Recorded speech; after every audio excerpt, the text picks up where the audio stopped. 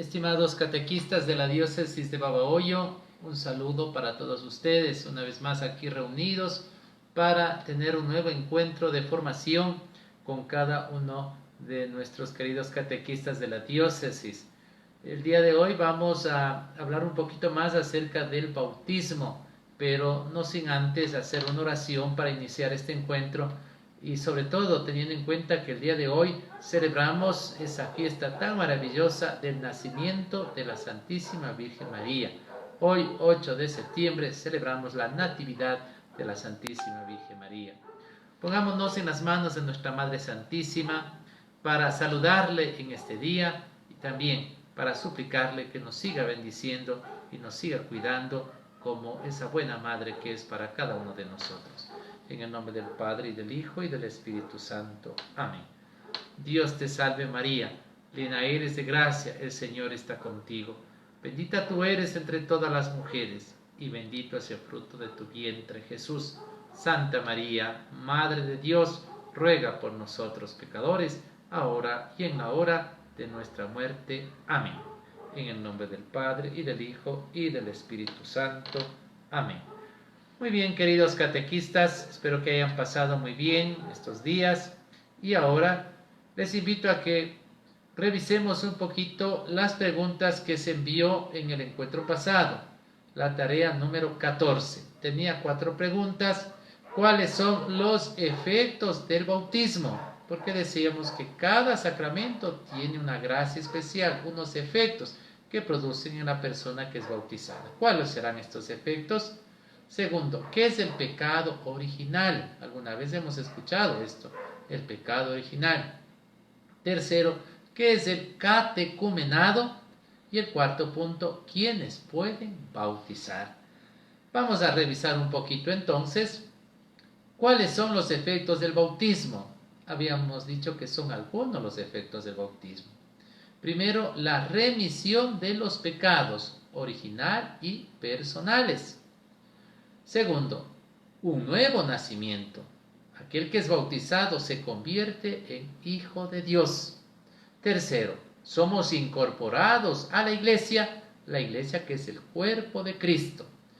Cuarto, logramos vincularnos más estrechamente entre todos los cristianos. Por eso decimos que el bautismo es el vínculo sacramental de unidad de los cristianos. Por último, no olvidemos que el bautismo produce un carácter, imprime un sello indeleble que se llama carácter. Aquel que es bautizado tiene ya una señal en su corazón, en su alma, que no puede ser borrada y con esa señal pues también está siendo tomado en cuenta para el día del juicio, para su salvación. ¿Qué es el pecado original? Hace referencia al pecado cometido por nuestros primeros padres, Adán y Eva. Recuerden ustedes, el libro del Génesis nos habla del primer pecado cometido por Adán y Eva que desobedecieron a Dios. ¿Qué produjo esta desobediencia, este pecado? Produce la pérdida de la gracia santificante y por ende la participación de la vida divina. Nuestros primeros padres perdieron esa participación de la vida divina por haberle ofendido a Dios, por haberse alejado de los mandatos del Señor. Y esto fue transmitido a toda la humanidad. Por eso decimos que todos nosotros nacemos con este pecado, que es el pecado original. Ahora, ¿qué hacemos? No tenemos nosotros la culpa. Ya al nacer ya nacemos con pecado, el pecado original. Bueno, pero ese pecado se borra justamente con el bautismo. De ahí es importante que tengamos en cuenta también el otro tipo de pecados, que son los pecados personales. Esos pecados vienen a ser ya producto de nuestra propia desobediencia a la voluntad de Dios. ¿Qué es el catecumenado? Un tiempo de formación previo al bautismo, donde los candidatos junto a la comunidad llevan adelante un tiempo de conversión y maduración de la fe. Miren, el catecumenado es entonces el tiempo previo al bautismo, un tiempo de formación, un tiempo de preparación. Claro, Ahora prácticamente no hay catecumenado. Cuando nosotros bautizamos a los niños, pues son pequeñitos. No hay un tiempo de formación, porque como son pequeñitos no se les puede formar. Pero cuando es una persona adulta, sí, tiene que tener un tiempo de catecumenado, es decir, de formación, de preparación, de conocer nuestra fe, para después bautizarse en esa fe que él conoce. ¿Quiénes pueden bautizar? Puede bautizar el obispo, el presbítero y también el diácono. Y en caso de necesidad, miren, solamente en caso del bautismo y en caso de necesidad, puede bautizar cualquier otra persona. ¿Por qué? Porque corre riesgo de que si un niño, por ejemplo, va a morir y no hay un sacerdote cerca, puede morir sin un bautismo. Entonces, por eso, cualquier persona que esté cerca, siempre y cuando haga como lo manda la Santa Madre Iglesia, es decir, pronunciando la fórmula trinitaria, poniendo agua bendita en la cabeza y diciendo yo te bautizo en el nombre del Padre, del Hijo y del Espíritu Santo, siempre y cuando lo haga así, el bautismo es válido. Luego tendrá que avisar al párroco, al sacerdote, para que se inscriba ese bautismo en los libros correspondientes, pero ese bautismo sirve y vale. Vamos a ver, queridos hermanos, ahora otros temas muy importantes con relación al bautismo. Habíamos hablado, por ejemplo, del bautismo de los adultos. Claro, cuando comenzó la iglesia primitiva, nosotros conocemos que muchos no eran bautizados, la mayoría de la gente no era bautizada. Recién apareció Jesús, los primeros discípulos, y luego las personas que recién conocían la buena noticia de Jesús y se convertían, eran bautizados. La mayoría de ellos entonces eran adultos los que se bautizaban, pero no solamente adultos, sino que bautizaban a toda su familia. Ahí está involucrado los adultos, los jóvenes, los niños que se convertían y eran bautizados. Y como digo, los adultos tenían ese proceso del catecumenado. Los niños, como decimos, también se bautizaban. Ahora es más común ver que se bauticen los niños antes que los adultos. En el inicio de la iglesia era más común que se bautizaran los adultos, porque la mayoría de las familias no eran bautizadas. Entonces, lo común era que se bauticen los adultos con este curso de catecumenado y junto a ellos se bautizaban los niños. Una vez que ya ha pasado mucho tiempo y la mayoría de los adultos se han bautizado, los únicos que quedan sin bautizar son los niños. Entonces, después, ahora es más común que se bauticen los niños. Pero no quiere decir que al inicio de la iglesia primitiva solo se bautizaban los adultos y no los niños. No. Nosotros tenemos algunos textos, como por ejemplo los Hechos de los Apóstoles, capítulo 16, versículo 15, o capítulo 18, versículo 8, o primera de Corintios, capítulo 1 y 16, donde se nos dice cómo los discípulos iban a muchos lugares, muchas regiones, anunciaban el Evangelio y bautizaban a todas las personas, a las familias. Incluían entonces los niños. En ningún momento nos dicen que bautizaban a los adultos y dejaban que los niños crezcan para que después sean bautizados. No, decía, se bautizó él y toda su familia. Nosotros conocemos también que el bautismo es un sacramento que nos ayuda a iniciar en la vida de la fe, pero también es un sacramento que requiere fe antes de este sacramento. Por eso nos dice el Señor en el Evangelio de San Mateo, de San Marcos, capítulo 16, versículo 16, quien crea y se bautice se salvará. Es decir, es importante la fe antes del bautismo, y con el bautismo la fe aumenta todavía más. ¿Cómo puede tener, por ejemplo, un niño fe antes del bautismo? Pues esa fe la tienen sus padres, la tienen la comunidad, la tienen las personas que están junto a él. Ellos vienen a ser su garante. Un niño que no tiene padres, que no tiene familiares y que no tiene gente que esté junto a él que tenga fe, desde luego a lo mejor nunca será bautizado y tampoco tendrá la posibilidad de iniciar su camino en la fe. Pero un niño que tiene unos padres llenos de fe, que tiene una comunidad de fe, ellos van a ser garantes, van a llevarle al bautismo y después le van a acompañar para que vaya creciendo en la fe. Y eso es lo que nos ha pasado a nosotros, a ustedes, queridos catequistas. Sus papás creyeron, sus papás les llevaron al bautismo, ustedes fueron bautizados y desde ahí inició también la fe en ustedes y ustedes ahora han ido creciendo en la fe, son catequistas, están dando testimonio de Dios en el mundo. La fe entonces nace en el bautismo, pero tiene anteriormente alguien quien nos ayuda a encontrar ese camino de fe, que es la comunidad. Con el bautismo la fe inicia en cada uno y va creciendo, y en cada vigilia bautismal, en una linda ceremonia, que es justamente la de la vigilia pascual, pues ahí es donde se renuevan las promesas bautismales. Por eso, la gran vigilia, la gran fiesta que nosotros tenemos los católicos, es justamente el sábado anterior al domingo de resurrección, el sábado en la noche, donde se celebra la vigilia y donde se renuevan las promesas bautismales, porque cada año estamos llamados a recordar nuestro bautismo, a saber que tenemos que seguir creciendo en nuestro bautismo, que es creer en Dios, seguirle a Dios y ser fiel a Dios.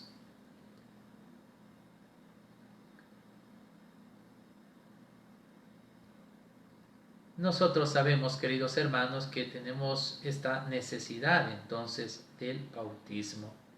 Cuando Jesús se reunió con Nicodemo, le dijo: te aseguro que el que no nace de nuevo no puede ver el reino de Dios. Miren, esto Jesús le dijo a Nicodemo: si no naces de nuevo, no puedes ver el reino de Dios. San Juan capítulo 3, versículo 5. Nacer de nuevo. ¿Cómo uno nace de nuevo para poder ver el reino de Dios? Pues por medio del bautismo. Por eso es importante el bautismo, porque por el bautismo nacemos de nuevo para poder algún día ver el reino de Dios. ¿Qué pasaría si alguien no se bautiza? Pues claro, ya es muy difícil que pueda entrar y pueda ver el reino de Dios. Nosotros tenemos algunos tipos de bautizos. Por ejemplo, hemos escuchado alguna vez el bautismo de sangre.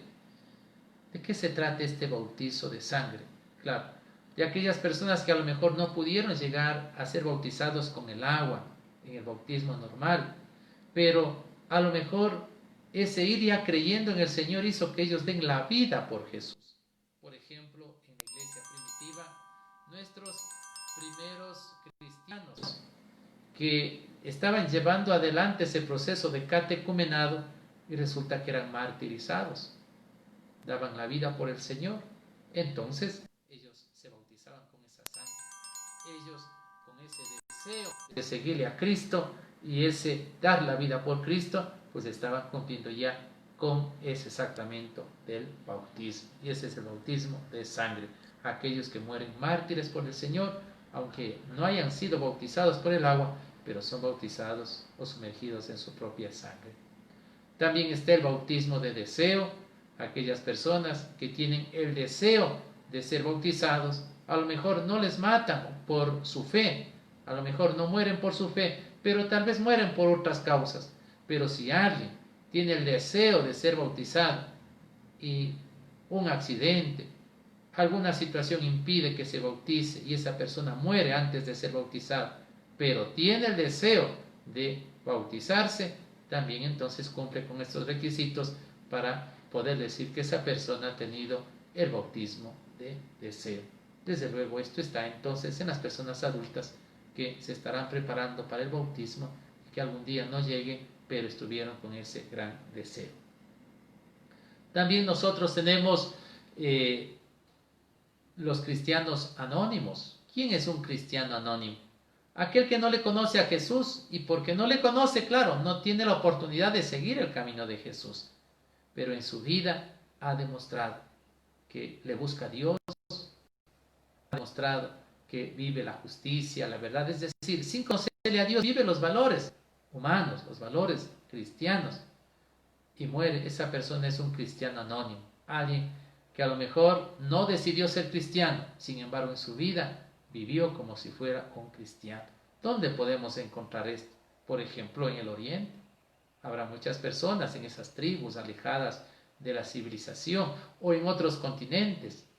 donde hay personas que no le conocen a Jesús, pero que en su vida han buscado encontrar a un Dios, en su vida han buscado seguir esos valores humanos de la mejor manera, entonces esas personas son considerados como los cristianos anónimos. Imaginémonos, hay personas que sí le conocen a Dios y que más bien no le obedecen, se alejan de Dios, se van contra la iglesia.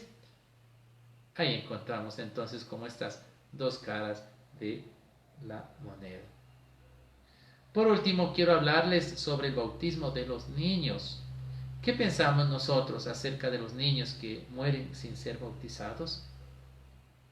Pues bueno, nosotros sabemos que Dios es bueno y es misericordioso y desde ahí tenemos que plantearnos. Un niño no ha pecado, un niño no le ha rechazado a Dios, un niño no ha cometido pecados personales porque no tiene voluntad todavía. Estamos hablando que hasta los 7 años un niño todavía no tiene uso de su razón, por lo tanto no tiene pecados personales, por lo tanto no puede siquiera irse contra Dios y contra sus preceptos. Entonces, si no le ha ofendido a Dios, Dios le recibe y Dios tiene un espacio en el cielo. No nos olvidemos como el Señor Jesús mismo en las Sagradas Escrituras, en el Evangelio de San Marcos, capítulo 10, versículo 14, dijo: dejad que los niños se acerquen a mí, no se lo impidáis. Ahora, entonces, ¿por qué es necesario el bautismo? Porque los niños van creciendo y en la medida en que van creciendo también van teniendo pecados personales y el pecado original sigue latente. Entonces, en la medida en que ya nos vamos llenando de pecados personales, es importante que tengamos la gracia de Dios. Asimismo, también sería responsabilidad de los padres el ser personas de fe y no dejar que sus hijos entren a esa misma fe. No nos olvidemos que el pecado original que sí tienen los niños recién nacidos, ese se borra con el bautismo. Pero ¿qué pasa si un niño sin culpa alguna muere con este pecado original, sin pecados personales? Dios sabrá llenarle de su amor, de su providencia, y le confiamos a ese amor y a esa providencia de Dios.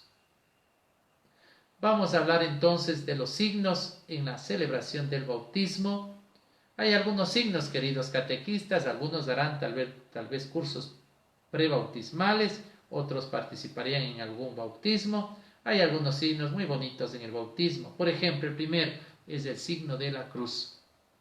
Al niño al inicio del bautismo se le hace un signo de la cruz en la frente y también padres y padrinos le hacen el signo de la cruz. Con ese signo se le da la bienvenida a la iglesia. No nos olvidemos que la cruz es ese signo del amor tan grande de Dios que murió por cada uno de nosotros, por lo cual cada uno de nosotros somos salvados.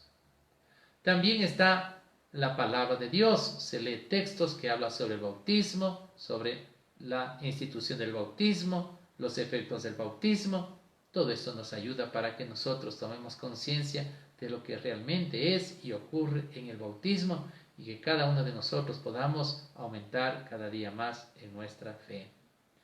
También nosotros tenemos dentro del bautismo otros signos. Por ejemplo, se le unge en el pechito del niño con un óleo, que es el óleo de los catecúmenos, haciendo una oración de exorcismo, es decir, una oración donde se pide que el demonio y que todas las instigaciones del mal se alejen del niño para que él pueda seguir libremente el camino de Dios. No nos olvidemos que el demonio siempre estará para tentarnos y para arrebatarnos del camino de Dios, y Dios estará siempre para ganarnos para él. También tenemos el agua bautismal que se pone en la cabecita del niño. El agua es el signo de la purificación, es el signo de la vida, es el signo de la pureza. Con el agua se nace de nuevo, se nace del agua y del Espíritu Santo. Esta agua se la pone en la cabeza. Antes se le sumergía al niño en una piscina, ahora se le pone 3 vesitas de agua en la cabeza, bautizándole al niño en el nombre del Padre, y del Hijo, y del Espíritu Santo. Amén. El bautismo realiza la muerte al pecado y la resurrección a una nueva vida la vida de hijo de Dios. También está la unción con el santo crisma. Es un aceite que se bendice el jueves santo en la misa crismal, el obispo en la iglesia catedral, se le unge en la frentecita, en la cabecita del niño, con una oración. Que el Señor Dios Todopoderoso te unge y te consagre como profeta, como sacerdote y como rey. Mire, el niño que es bautizado es ungido por Dios, es ungido como profeta, es ungido como sacerdote y como rey. Todos ustedes, todos los bautizados, somos profeta, sacerdote y reyes. Ese es el sacerdocio común. Luego ya cuando la persona crece, tiene una vocación y después se forma en el seminario, recibe otro sacramento que es el del orden sacerdotal, que es el orden ministerial. Así entonces tenemos como dos órdenes sacerdotales. El primero, que es el orden, el sacerdocio común, que se recibe en el bautismo, y el otro, que es el sacerdocio ministerial, que después recibirán solo algunos con el sacramento del orden sacerdotal. Tenemos también la vestidura blanca que se pone a los niños. Simboliza que el bautizado se ha revestido de Cristo. Esta vestidura blanca significa que está limpio de pecado en el niño, sobre todo del pecado original, y que nuevamente ha retomado esa gracia y está llamado a vivir para siempre. Esa gracia santificante se renueva y el niño está llamado a vivir esa vida de hijo de Dios. El cirio que se enciende significa que Cristo ha iluminado al neófito. En Cristo los bautizados son la luz del mundo. Bueno, queridos catequistas, superando algunas fallas que también el día de hoy hemos tenido. Miren, la semana pasada no tuvimos el curso porque hubo un problema de internet. Ahora parece que el internet no anda tan bien. Hoy también hemos tenido algunos problemas, pero creo que hemos llegado con ustedes para que un poquito más ustedes conozcan sobre el bautismo y vamos a seguir adelante. La próxima semana hablaremos sobre otro sacramento importante que es el sacramento de la confirmación, que es importantísimo que ustedes lo tengan. Vamos a decir la tarea que nosotros tenemos el día de hoy. Sin embargo, es importante que también tomemos nosotros y tengamos en cuenta algunos aspectos fundamentales que como catequistas debemos también tratar. Como catequistas, ustedes queridos, tienen que también tener en cuenta sobre algunos aspectos de nuestra fe que tenemos que tener también claro en esta sociedad en la que nosotros estamos viviendo. Ustedes saben que la Asamblea Nacional el 25 de agosto pasado aprobó un código orgánico de salud. En este código, claro, hay muchas leyes, algunas positivas, pero hay otras leyes que no son positivas, que por el contrario están atentando contra los derechos humanos. Nosotros tenemos que tener muy claro para poder levantar nuestra voz y poder decirle al señor presidente que vete estos artículos, porque en vez de defender los derechos, más bien está perjudicando y está atentando contra los derechos humanos. Por ejemplo, el derecho a la vida desde la concepción, al promover el aborto de una manera ambigua o indeterminada como emergencia obstétrica. ¿Sí? Es decir, este código habla de la emergencia obstétrica y que si hay una emergencia obstétrica, pues tranquilamente entonces los diferentes centros de salud pueden proceder a realizar este aborto. Nosotros no sabemos qué es lo que está detrás de esto de emergencia obstétrica, porque cualquier persona podría decir, aun cuando alguien se provoque, aun cuando alguien a lo mejor hasta obligue a una persona a hacer un aborto, podría tomarse como una emergencia obstétrica y procurar un aborto, que es justamente ir contra la vida de una persona que tiene derecho a nacer. Eso tiene que ser aclarado antes de que pase así nomás tan fácilmente. Asimismo, nosotros tenemos el derecho de madres y padres de familia a educar a los hijos. Es el derecho. El papá y la mamá es el que tiene que decir cómo va a educar, bajo qué criterios morales, éticos, qué costumbres, no el Estado. El Estado no tiene que imponer sus derechos de salud, imponer sus ideologías de género sobre los niños en las escuelas. Los papás simplemente quedarse cruzado de brazos, ¿no? Están atentando contra el derecho de los padres. Que no se atente entonces contra el derecho del padre. El padre y la madre tienen que decir cómo quiere que su hijo sea educado, en qué valores quiere que su hijo sea educado. También el derecho de la mujer a una maternidad plena y a la dignidad del cuerpo humano, al permitir la contratación de vientres de alquiler. Mire, contratar los vientres de alquiler. Contratar y decirle a una señora, mire señora, usted quiero que sea la que tenga un hijo mío. Entonces, claro, se hace la inseminación, se le paga a la señora para que ella sea como un recipiente donde crezca el niño de una pareja, y después le hacen una cesárea y ese niño pasa a ser parte de otra familia. Y la mamá, ¿dónde está ese concepto maravilloso de mamá, de madre de familia? Se da entonces pie a que se dé este alquiler de vientres. Es muy importante. Entonces, miren, ahora hay la adopción. Si alguien no puede tener hijos, ¿por qué no adopta a un niño? Pero no se hace eso, sino se busca ir a esa fórmula tan negativa de alquilar vientres para poder tener hijos. Todo eso entonces tendría que mirarse un poco más y no aprobarlo así como está, porque entonces los valores morales, porque entonces los derechos humanos, los valores éticos se van a deteriorar gravemente. Y después por eso hay tantos problemas, tantas dificultades en la vida, en la sociedad, se desestructura la sociedad, porque nos vamos quedando sin valores. Por último, el derecho a la identidad sexual, al permitir la asignación o cambio de sexo en etapa de pubertad. Queridos catequistas, que nosotros defendamos los derechos humanos, defendamos la vida, defendamos también todo lo que significa mantenernos en nuestras verdades de fe, pero no solamente verdades de fe, sino en nuestros valores éticos y humanos, que defendamos todo esto. Queridos, ahora sí les vamos a mandar una tareita para la próxima semana.